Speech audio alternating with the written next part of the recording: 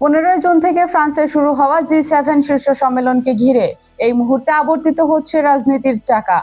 মার্কিন president Donald ট্রাম্পের সাম্প্রতিক ইরান চুক্তি বিশ্ব অর্থনীতিকে ইতিবাচক প্রভাব ফেললেও ন্যাটোর মিত্র দেশগুলোর সঙ্গে তার দূরত্ব এবং ফ্রান্সের ওপর আকস্মিক শুল্ক আরোপের হুমকি এই সম্মেলনের পরিবেশকে জটিল করে তুলেছে। ইউক্রেন ও লেবানন সংকট নিরসনে ট্রাম্পের নতুন ঘোষণা এবং আন্তর্জাতিক অপরাধ আদালতের আইনি জটিলতার কারণে পুতিন জেলেনস্কির প্রস্তাবিত বৈঠকের ভবিষ্যৎ এখন কোন দিকে? শুধু যুদ্ধবিগ্রহই নয়, বৈশ্বিক মুদ্রাস্ফীতি, এআই প্রযুক্তি নিরাপত্তা এবং বিরল খনিজ উপাদানে চীনের একচেটিয়া আধিপত্য মোকাবেলায় বিশ্ব নেতারা কি রূপরেখা তৈরি করছেন তা জানতে শেষ পর্যন্ত ভিডিওটি দেখুন। ইরানের সঙ্গে রক্তক্ষয়ী যুদ্ধ অবসানের লক্ষ্যে একটি ঐতিহাসিক প্রাথমিক চুক্তি সফলভাবে সম্পন্ন করার পর মার্কিন প্রেসিডেন্ট ডোনাল্ড ট্রাম্প এখন ইউক্রেন ও লেবাননের দীর্ঘস্থায়ী সংঘাত বন্ধের নতুন ঘোষণা দিয়েছেন। এই ভূ রাজনৈতিক প্রেক্ষাপটকে সঙ্গে নিয়ে তিনি ফ্রান্সে আয়োজিত জি7 শীর্ষ সম্মেলনে যোগ দিতে 15 জুন ফ্রান্সের এভিয়ান লে বেঞ্চ শহরে পৌঁছান।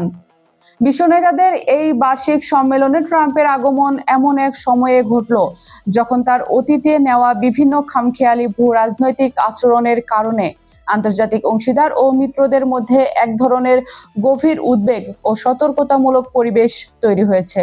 একদিকে যেমন ওয়াশিংটন ও তেহরানের মধ্যকার এই সম্ভাব্য শান্তি চুক্তির খবরে বিশ্ব নেতারা কিছুটা স্বস্তি প্রকাশ করেছেন, অন্যদিকে ফ্রান্সের ওপর নতুন মার্কিন শুল্ক আরোপের আকস্মিক হুমকি এই সম্মেলন শুরুর পরিবেশকে কিছুটা মেঘাচ্ছন্ন ও উত্তপ্ত করে তুলেছে। এর পাশাপাশি মার্কিন প্রশাসনের পক্ষ থেকে ন্যাটো জোটের কার্যকারিতা এবং সামরিক সহায়তার যৌক্তিকতা নিয়ে বারবার প্রশ্ন তোলা, ইউরোপের অভিবাসনের ঝুঁকি নিয়ে সতর্কবার্তা দেওয়া এবং আন্তর্জাতিক অঙ্গনে রাজনৈতিক বিভাজনে উস্কে দেওয়ার চেষ্টা জোটের দীর্ঘদিনের মিত্রদের মধ্যে বড় ধরনের অস্বস্তি সৃষ্টি করছে। অর্থনীতির ইতিবাচক প্রভাব ফ্রান্সে পৌঁছানোর পরপরই মার্কিন প্রেসিডেন্ট ডোনাল্ড ট্রাম্প সম্মেলনের মূল আয়োজক এবং ফরাসি প্রেসিডেন্ট ইমানুয়েল ম্যাক্রোর সঙ্গে একটি অত্যন্ত গুরুত্বপূর্ণ দ্বিপাক্ষিক বৈঠকে মিলিত হন। সোমবারের এই বৈঠকে তিনি গত রবিবার ঘোষিত ইরানের সঙ্গে মার্কিন যুক্তরাষ্ট্রের ঐতিহাসিক প্রাথমিক যুদ্ধবিরতি চুক্তির ভূয়সী প্রশংসা করেন এবং দাবি করেন যে ওয়াশিংটন অবশেষে তার এই দীর্ঘদিনের কট্টর শত্রুর সঙ্গে বৈরী সম্পর্কের অবসান ঘটিয়ে একটি নতুন অধ্যায় শুরু করতে যাচ্ছে।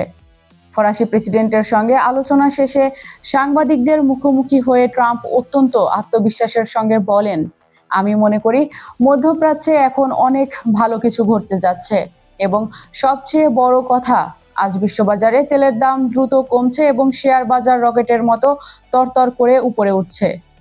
তিনি আরও জোর দিয়ে দাবি করেন যে ইরানের সঙ্গে সম্পাদিত এই শান্তি চুক্তিটি কেবল সংশ্লিষ্ট দুই দেশের জন্যই নয়, বরং সামগ্রিকভাবে সমগ্র বিশ্বের অর্থনৈতিক ও রাজনৈতিক স্থিতিশীলতার জন্য অনেক বড় এবং অভূতপূর্ব সাফল্য বয়ে নিয়ে আসবে। গত ফেব্রুয়ারি মাসের শেষ দিকে মার্কিন যুক্তরাষ্ট্র ও ইসরায়েলের যৌথ উদ্যোগে ইরানের বিরুদ্ধে যে আকস্মিক ও রক্তক্ষয়ী যুদ্ধ শুরু হয়েছিল তা পরিচালনার পদ্ধতি নিয়ে জি7 জোটের বেশ কয়েকজন প্রভাবশালী সদস্য দেশ প্রথম থেকে ট্রাম্পের তীব্র সমালোচনা করে আসছিল। বিশেষ করে এই ব্যাপক সামরিক অভিযান শুরু করার আগে আন্তর্জাতিক মিত্রদের সঙ্গে কোনো ধরনের পূর্ব পরামর্শ বা আলোচনা না করায় ফ্রান্সের প্রেসিডেন্ট ইমানুয়েল ম্যাক্রো, ব্রিটিশ প্রধানমন্ত্রী Keir Starmer, German chancellor Friedrich March এবং ইতালির প্রধানমন্ত্রী জর্জিয়া মেলোনির সঙ্গে প্রেসিডেন্ট ট্রাম্পের একটি দৃশ্যমান কূটনৈতিক দূরত্ব তৈরি হয়েছিল। পশ্চিমা দেশগুলোর এই সমালোচনার কড়া জবাবে তৎকালীন সময়ে ট্রাম্পও মার্কিন সামরিক অভিযানে সরাসরি অংশ না নেওয়ার জন্য এবং প্রতিরক্ষা বাজেটে পর্যাপ্ত অবদান না রাখার অজুহাতে ন্যাটো মিত্রদের অলসতা ও উদাসীনতার কঠোর সমালোচনা করেছিলেন, যা মিত্র দেশগুলোর মধ্যে ফাটলকে আরও স্পষ্ট করে তুলেছিল। নতুন এই দ্বিপাক্ষিক চুক্তির অন্যতম প্রধান শর্ত অনুযায়ী ইরান যাতে আন্তর্জাতিক বাণিজ্যের জন্য কৌশলগত ও অত্যন্ত গুরুত্বপূর্ণ হরমুজ প্রণালীটি পুনরায় সবার জন্য সম্পূর্ণ নিরাপদ ও উন্মুক্ত করে দেয় তা নিশ্চিত করতে ফ্রান্স, যুক্তরাজ্য এবং জার্মানি যৌথভাবে সহায়তার প্রস্তাব দিয়েছে। তবে মার্কিন প্রেসিডেন্ট ডোনাল্ড ট্রাম্প ফরাসি প্রেসিডেন্টকে সাফ জানিয়ে দিয়েছেন, এই বিষয়ে অন্য দেশের সহায়তার উপর মার্কিন প্রশাসন নির্ভরশীল নয় এবং ইতিমধ্যেই বেশ কিছু বাণিজ্যিক জাহাজ কোনো ধরনের অতিরিক্ত শুল্ক বা টোল ছাড়াই এই প্রণালী দিয়ে নির্বিঘ্নে যাতায়াত শুরু করে দিয়েছে। প্রেসিডেন্ট ম্যাক্রোকে ইঙ্গিত করে ট্রাম্প অহংকারের সুরে বলেন, আমি মনে করি না আমাদের এখানে খুব বেশি সাহায্যের প্রয়োজন হবে, কারণ হরমুজ প্রণালীটি খুব দ্রুতই স্বাভাবিক নিয়মে পুরোপুরি উন্মুক্ত হতে যাচ্ছে। তবে একই সঙ্গে তিনি ফরাসি নেতাকে একটি বন্ধু বাবা পণ্য পরামর্শ দিয়ে বলেন যে এই গুরুত্বপূর্ণ আন্তর্জাতিক নৌপথে সার্বিক নিরাপত্তা বজায় রাখতে কয়েকটি দেশের একটি বা দুটি যুদ্ধ জাহাজ মোতায়েন রাখা কোনো খারাপ ধারণা নয় এবং ফ্রান্সের দায়িত্ব পালনের জন্য একটি চমৎকার ও উপযুক্ত দেশ হতে পারে। ইরান সংকট সফলভাবে সমাধানের পর ট্রাম্প এখন তার কূটনৈতিক মনোযোগের কেন্দ্রবিন্দু পূর্ব ইউরোপে ইউক্রেন ও রাশিয়ার মধ্যে চলমান দীর্ঘস্থায়ী যুদ্ধ বন্ধ এবং লেবাননের সশস্ত্র সংঘাত অবসানের দিকে পূর্ণভাবে নিবদ্ধ রাখার পুনর্ব্যক্ত করেছেন। তিনি জোরালো দাবি করেন যে গত পরশুদিন ইউক্রেনের প্রেসিডেন্ট ভ্লাদিমির জেলেনস্কি এবং রাশিয়ার প্রেসিডেন্ট ভ্লাদিমির পুতিনের সঙ্গে তার অত্যন্ত ফলপ্রসূ, গভীর ও ইতিবাচক ফোনালাপ হয়েছে এবং দুই দেশের নেতাই শান্তি আলোচনা শুরু করার বিষয়ে বেশ ইতিবাচক মনোভাব প্রদর্শন করেছেন। ইউক্রেনীয় প্রশাসনের একটি অত্যন্ত নির্ভরযোগ্য সূত্র সংবাদ সংস্থা অ্যাসোসিয়েটেড প্রেসকে জানিয়েছে যে প্রেসিডেন্ট জেলেনস্কি এই G7 সম্মেলনের মধ্যেই ট্রাম্প এবং অন্যান্য ইউরোপীয় নেতাদের উপস্থিতিতে রুশ প্রেসিডেন্ট পুতিনের সঙ্গে একটি ঐতিহাসিক যৌথ বৈঠকের আনুষ্ঠানিক প্রস্তাব দিয়েছিলেন।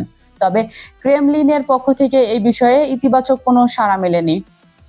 মূলত রুশ প্রেসিডেন্ট ভ্লাদিমির পুতিনের বিরুদ্ধে আন্তর্জাতিক অপরাধ আদালত কর্তৃক যুদ্ধাপরাধের পরোয়ানা জারি থাকায় এবং ফ্রান্স এই আদালতের একটি বাধ্যবাধকতামূলক সদস্য দেশ হওয়ায় পুতিন সেখানে সশরীরে উপস্থিত হলে প্যারিস তাকে আন্তর্জাতিক আইন অনুযায়ী গ্রেপ্তার করতে বাধ্য থাকত। যদিও আমেরিকা ও রাশিয়া উভয় দেশই এই আদালতের এখতিয়ার ও আইনি বৈধতার কাছে তীব্র বিরোধিতা করে আসছে। বুধবার 17 জুন পর্যন্ত ফ্রান্সে চলমান এই ত্রিদিবসীয় G7 শীর্ষ সম্মেলনে বিশ্ব নেতারা কেবল পূর্ব ইউরোপের ইউক্রেন যুদ্ধ কিংবা মধ্যপ্রাচ্যের ভয়াবহ সংঘাতের ক্ষতিকর প্রভাব নিয়ে সীমাবদ্ধ থাকবেন না, বরং বর্তমান বৈশ্বিক প্রেক্ষাপটে আরও বেশ কিছু গুরুত্বপূর্ণ সংকট নিয়ে আলোচনা করবেন। সম্মেলনের মূল আলোচনা ইস্যুর মধ্যে রয়েছে বর্তমান বৈশ্বিক অর্থনৈতিক ভারসাম্যহীনতা দূরীকরণ, মুদ্রাস্ফীতি নিয়ন্ত্রণ এবং উদীয়মান কৃত্রিম বুদ্ধিমত্তা বা AI প্রযুক্তির নিরাপদ ও সঠিক ব্যবহার নিশ্চিত করার লক্ষ্যে একটি সুনির্দিষ্ট সাধারণ ঐকমত্যে পৌঁছানো। এর পাশাপাশি আবুধাবি বিশ্বের দৈনন্দিন ইলেকট্রনিক যন্ত্রপাতি এবং উচ্চ প্রযুক্তির সামরিক সরঞ্জাম তৈরিতে অপরিহার্য ও অত্যন্ত গুরুত্বপূর্ণ বিরল খনিজ উপাদান বা রেয়ার আর্থ এলিমেন্টস এর আন্তর্জাতিক বাজারে চীনের একচেটিয়া আধিপত্য, সরবরাহ শৃঙ্খল নিয়ন্ত্রণ এবং একাধিপত্য বজায় রাখার যে প্রবণতা তৈরি হয়েছে তা মোকাবেলা করে একটি বিকল্প নিরাপদ বাজার ব্যবস্থা গড়ে তোলার বিষয়টিও এই সম্মেলনে অন্যতম প্রধান অর্থনৈতিক এজেন্ডা হিসেবে স্থান পেয়েছে। প্রিয় দর্শক, G7 শীর্ষ সম্মেলন কেবল 7টি শক্তিশালী দেশের বৈঠকই নয়, বরং এটি আগামী দিনের বিশ্ব ব্যবস্থা কোন দিকে মোড় নেবে তার একটি দিক নির্দেশক। ট্রাম্পের আমেরিকা ফার্স্ট নীতি, ন্যাটোর ভেতরের মনস্তাত্ত্বিক যুদ্ধ, পুতিন জেলেনস্কির বৈঠকের আইনি জটিলতা এবং চীনের খনিজ একাধিপত্য ভাঙার চেষ্টা, সব মিলিয়ে ফ্রান্সের এই সম্মেলনটি ভূ রাজনীতির ইতিহাসে অন্যতম জটিল একটি অধ্যায় হয়ে থাকবে। এখন দেখার বিষয়, বিশ্ব নেতারা কি আসলেই বিশ্বের বৈদেশিক মুদ্রাস্ফীতি ও AI এর ঝুঁকি মোকাবেলা করে একটি নিরাপদ পৃথিবীর রূপরেখা তৈরি করতে পারবেন, নাকি নিজেদের অভ্যন্তরীণ বিরোধের জাতাকলে পড়ে এই সম্মেলনও আরেকটি কূটনৈতিক অচলাবস্থায় রূপ নেবে? আপনার কি মনে হয়, ট্রাম্পের এই শান্তি উদ্যোগ কি আসলেও ইউক্রেন ও লেবানন যুদ্ধ থামাতে পারবে? কমেন্ট বক্সে আপনার মূল্যবান মতামত আমাদের অবশ্যই জানাবেন। অনুষ্ঠানটি আপনারা পৃথিবীর কোন প্রান্ত থেকে দেখছেন? Bangladesh, Bharat, Pakistan, America, Europe, Ukraine, Brazil, Argentina, Africa, Saudi Arab, Kuwait কিংবা দুবাই সহ মধ্যপ্রাচ্যের যেখান থেকেই দেখছেন না কেন কমেন্টে জানান। আমরা আপনার মতামত শুনতে চাই। আন্তর্জাতিক রাজনীতির এমন সব হট টপিক এবং পর্দার পেছনের চুলচেরা বিশ্লেষণের আপডেট সবার আগে পেতে এখনই আমাদের চ্যানেলটি সাবস্ক্রাইব করুন এবং বেল আইকনটি চেপে রাখুন। বিজ্ঞাপন ও প্রমোশনের জন্য ডেসক্রিপশনে দেওয়া নাম্বারে সরাসরি যোগাযোগ করতে পারেন। আজ এ পর্যন্তই, দেখা হবে পরের ভিডিওতে বিশ্ব রাজনীতির নতুন কোনো উত্তপ্ত ইস্যু নিয়ে। সে পর্যন্ত সবাই ভালো থাকুন, নিরাপদ থাকুন। আল্লাহ হাফিজ।